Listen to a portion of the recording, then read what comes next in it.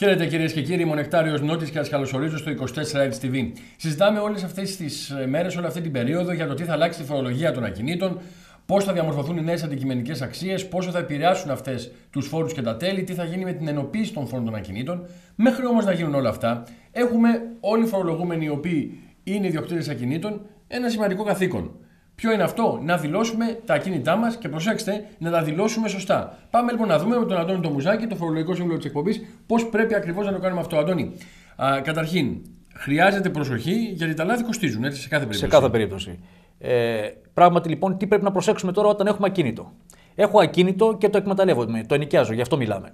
Είμαι υποχρεωμένος σε κάθε περίπτωση να συμπληρώσω το περιβόητο Ε2. Είναι το πινακάκι αυτό που δηλώνω τα εισοδήματα από τα ενοίκια μου προκειμένου αυτά να φορολογηθούν. Η σύνταξη και η συμπλήρωση του εν λόγω εντύπου είναι απλή. Όμως, ρωτάει ο κόσμος, έχουμε πολλές περιπτώσεις, ιδιαίτερα αυτή την περίοδο, όπου έχουμε νοικιάσει τα ακίνητά μας, αλλά ουδέποτε εισπράξαμε για ένα μέρος των μηνών του 2011 ενίκεια. Γιατί σε αυτές τις περιπτώσεις πράγματι έφυγε ο ενοικιαστής μας και μας άφησε απλήρωτους. Εγώ πού θα φορολογηθώ? Δυστυχώς θα φορολογηθώ επί του συνόλου των ενοικίων που θα έπρεπε να εισπράξουμε στο 2011 και όχι επί αυτών τα οποία πραγματικά εισέπραξαν. Για μισό λεπτό. Δηλαδή, παίρνω εγώ, έχω ένα σπίτι και τον νοικιάζω σε σένα και μου δίνεις 500 ευρώ το μήνα. Πολύ ωραία. Δηλαδή, 500 επί 12, 6.000 ευρώ το χρόνο. Πάρα πολύ καλά. Παρ' όλα αυτά, εσύ δεν μου πλήρωσες 4 μήνες. Δηλαδή, ωραία, δεν μου πλήρωσες 2.000 ευρώ. Εγώ θα φορολογηθώ και για αυτά τα 2.000 ευρώ. Δυστυχώς, ναι, θα φορολογηθείς, Νεκτάρη, για 6.000 ευρώ και όχι για αυτά που πραγματικά έχεις εισπράξει. Τώρα, τι μπορεί να συμβεί?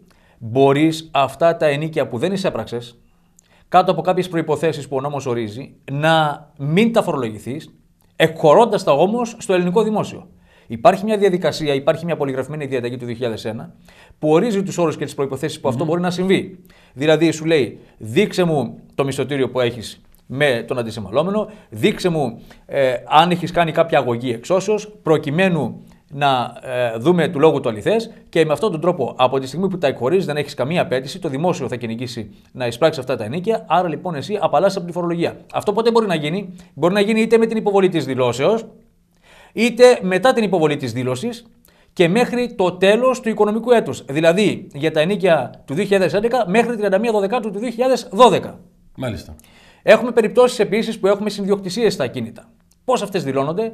Κάτω το ποσοστό συνδιοκτησίας του καθενός.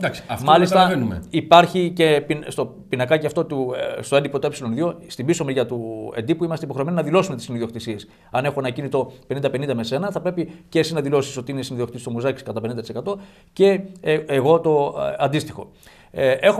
Πριν συνεχίσουμε, να επανέλθουμε λίγο στο θέμα, γιατί είναι πολύ σημαντικό. Γιατί αυτή την περίοδο είναι πάρα πολλοί ιδιοκτήτες οι οποίοι δεν εισπράττουν όλα τα ενίκια, γιατί υπάρχει αδυναμία αποπληρωμής από τους ενοικιαστές. Δηλαδή, εγώ θα φορολογηθώ, θα προκαταβάλω στο κράτος φόρο και μετά, εάν μπορέσω να το δικαιολογήσω και μου γίνει αποδεκτό από το κράτος, από το δημόσιο, ότι όντως δεν τα εισέπραξες, μετά από πόσο καιρό θα τα πάρω πίσω? Δεν θα πάρεις πίσω τα ενίκια, θα συμψηφίσουμε φόρο. Ναι. Έτσι. Αυτό λοιπόν το ενίκιο θα έχει φορολογηθεί. Και αν έχω επιστροφή συνέχεια, τι γίνεται? Από τη στιγμή λοιπόν που θα μου δηλώσεις ότι μου τα εκχωρείς, λέει το ελληνικό δημόσιο, εγώ θα σου κάνω καινούργια εκαθάριση, ούτως ώστε να δούμε τι φόρος προκύπτει με τα καινούργια δεδομένα. Ωραία. Αν εγώ λοιπόν τα επόμενα χρόνια έχω συνέχεια επιστροφές, τι συμψηφισμός θα γίνει εκεί? Μιλάμε τώρα για το ενίκιο τη συγκεκριμένη χρονιά. Σας μιλήσουμε για το 11. Ωραία. Έτσι, το 11 λοιπόν, αντί να φορολογηθεί στο παράδειγμα που λέγαμε 6.000 ευρώ, θα φορολογηθεί στα 4. Με την προϋπόθεση βέβαια να τα εκχωρήσει τα 2.000 στο ελληνικό δημόσιο.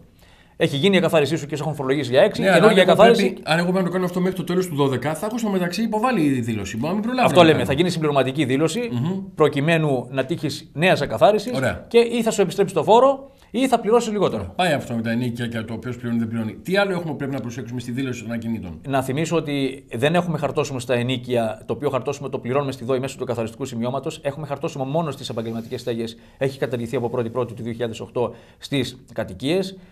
Έχουμε περιπτώσεις που έχουμε υπεκμισθώσεις ακινήτων, δηλαδή μου νοικιάζεις ένα ακίνητο και εγώ το νοικιάζω περαιτέρω. Εγώ σε αυτή την περίπτωση για ποιο εισόδημα θα φορολογηθώ? Όχι επί του συνολικού εισοδήματος που λαμβάνω από τον νοικιαστή μου, αλλά επί αυτού του εισοδήματος που λαμβάνω μείον αυτό που καταβάλω σε σένα. Η επινοικίαση που λέμε. Επινοικίαση, ακριβώς. Βέβαια σε αυτή την περίπτωση, τι δηλώνω στο έντυπο φορολογίας για να φορολογηθώ? Δηλώνω ολόκληρο το ποσό του ενοικίου που λαμβάνω και δηλώνω και φυσικά το ενίκιο που καταβάλω. Οπότε εκεί να δει εφορία, ποιο είναι μεγαλύτερο, τι γίνεται και ποιες είναι Ακριβώς οι διαφορές αυτές. Έχουμε πολλές περιπτώσεις που έχουμε δωρεάν παραχωρήσεις ακινήτων. Έχουμε δωρεάν παραχώρηση, για παράδειγμα, από γονείς στα παιδιά ή το ανάποδο. Τέτοιες δωρεάν παραχωρήσεις τις δηλώνουμε στο ε2. Δεν φορολογούνται αυτές τις δωρεάν παραχωρήσεις αν είναι για οικίες μέχρι 200 τετραγωνικά μέτρα. Δεν μιλάμε για επαγγελματικούς χώρους. Έχουμε επίσης πολλές φορές δει ότι έχουμε ιδιοχρησιμοποίηση ακινήτου και αυτήν πρέπει να τη δηλώσουμε σε κάθε περίπτωση. Να σημειώσω επίσης ότι αν εισπράξουμε ενοίκιο σε μεταγενέστερο χρόνο από αυτόν που έπρεπε να λάβουμε το ενοίκιο, δηλαδή έπρεπε να το λάβω το 2011 και εισέπραξε το ενοίκιο αυτό το 2012. Πότε φορολογείται αυτό? Στο χρόνο που αυτό ανάγεται, όχι στο χρόνο της ίσπραξης. Ναι, είναι αυτό που λέγαμε πριν. Όταν θα το χρωστάει, θα το φορολογηθώ, να το έχω εισπράξει βασικό. Θα το δώσει την επόμενη χρονιά. Είναι εδώ μένα αυτό που δείξαμε. Δαπάνες είναι εκπαιστές από το ενοίκιο. Ό,τι έχει να κάνει με επισκευή του σπιτιού. Ό,τι έχει να κάνει με επισκευή του σπιτιού για φέτος ξανά, διότι πέρσι αυτό είχε καταργηθεί. Έχουμε δυνατότητα να εκπέσουμε σε ποσοστό 40% κατά το φορολογικό νομοθέτη τις δαπάνες που κάνουμε για δικηγόρους, δικαστικές δαπάνες, ασφαλιστήρια, συμβόλαια, με την προϋπόθεση πάντα ότι τα ενοίκια τα δηλώνουμε αυτά και μας αποφέρουν εισόδημα. Επίσης, χωρίς να καταβάλουμε καμία απόδειξη και κανένα δικαιολογητικό, η υπηρεσία από μόνη της θα μας δώσει την απόσβεση του ενοικίου, ένα μέρος λοιπόν που θεωρείται έξοδο, που είναι 5% για γραφεία, καταστήματα, οικοτροφία κτλ. Και 3% για τις λοιπές χρήσεις. Άρα μεγάλη προσοχή, τα λάθη κοστίζουν. Σε κάθε περίπτωση. Νομίζω, κυρίες και κύριοι, επιχειρήσαμε και δώσαμε μια πλήρη εικόνα του πώς πρέπει να δηλώσουμε ακίνητα και κυρίως εισοδήματα από ακίνητα. Ακριβώς. Έτσι, όταν εισπράττουμε ενοίκια. Ο ενοικιαστής έχει κάτι να προσέξει? Σε κάθε περίπτωση να προσέξουμε τον αριθμό φορολογικού μητρώου. Γιατί με αυτόν θα γίνει παραλληλισμός. Δήλωσες να δούμε αν έχουμε δηλώσει σωστά τα ενοίκια, ώστε ο ένας να το εκπέσει, ο άλλος να το φορολογηθεί. Μην βρεθούμε μπλεγμένοι κατά λάθος. Αντώνη, σε ευχαριστώ. Θα τα ξαναπούμε την επόμενη εβδομάδα. Εμείς, κυρίες και κύριοι, εδώ καθημερινά στο 24 TV, στο καθιερωμένο ραντεβού μας από την ιστοσελίδα 24h.gr.